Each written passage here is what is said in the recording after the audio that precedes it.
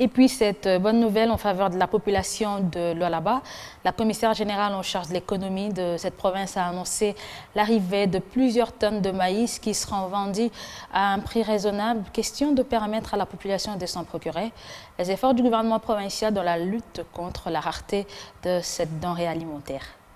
Deux provinces minières où l'agriculture est presque négligée. Le Lualaba et le Haut-Katanga traversent une période de vaches maigres suite à la flambée des prix de la farine de maïs qui augmente du jour au jour. Vendu le jeudi de cette semaine à 20 $ américains, cet aliment de base a connu une montée des prix brusques. Ce samedi 22 avril sur le marché du Haut-Katanga et du Lualaba, il faut mobiliser 50 $ ou 60 pour avoir un sac de 25 kg de cette denrée importante.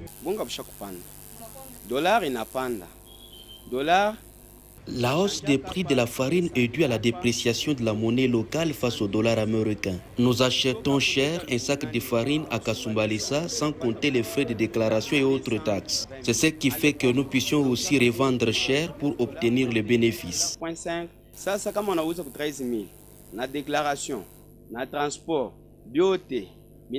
Dépendant totalement de la Zambie, ces deux provinces à vocation minière à grande partie ne savent plus échapper à cette crise alimentaire. Certaines sources renseignent que le gouvernement zambien a boycotté de ravitailler à crédit la province du Haut-Katanga en cette farine de maïs. Quant au Lualaba, la commissaire générale du gouvernement provincial en charge de l'économie a annoncé pour 48 heures l'arrivée d'un lot important de sacs de maïs à vendre à moindre coût sur le marché. Et j'informe la population du Lualaba que dans les 48 heures, la ville sera inondée de la farine de maïs. Certes que nous serons à 25 $ le prix par sac, mais d'ici quelques mois, par rapport à l'effort et le mécanisme et les stratégies que Madame le gouverneur a déjà mis sous pied, le but est de faire des efforts encore pour que le prix de la farine puisse encore être en dessous de 25 $.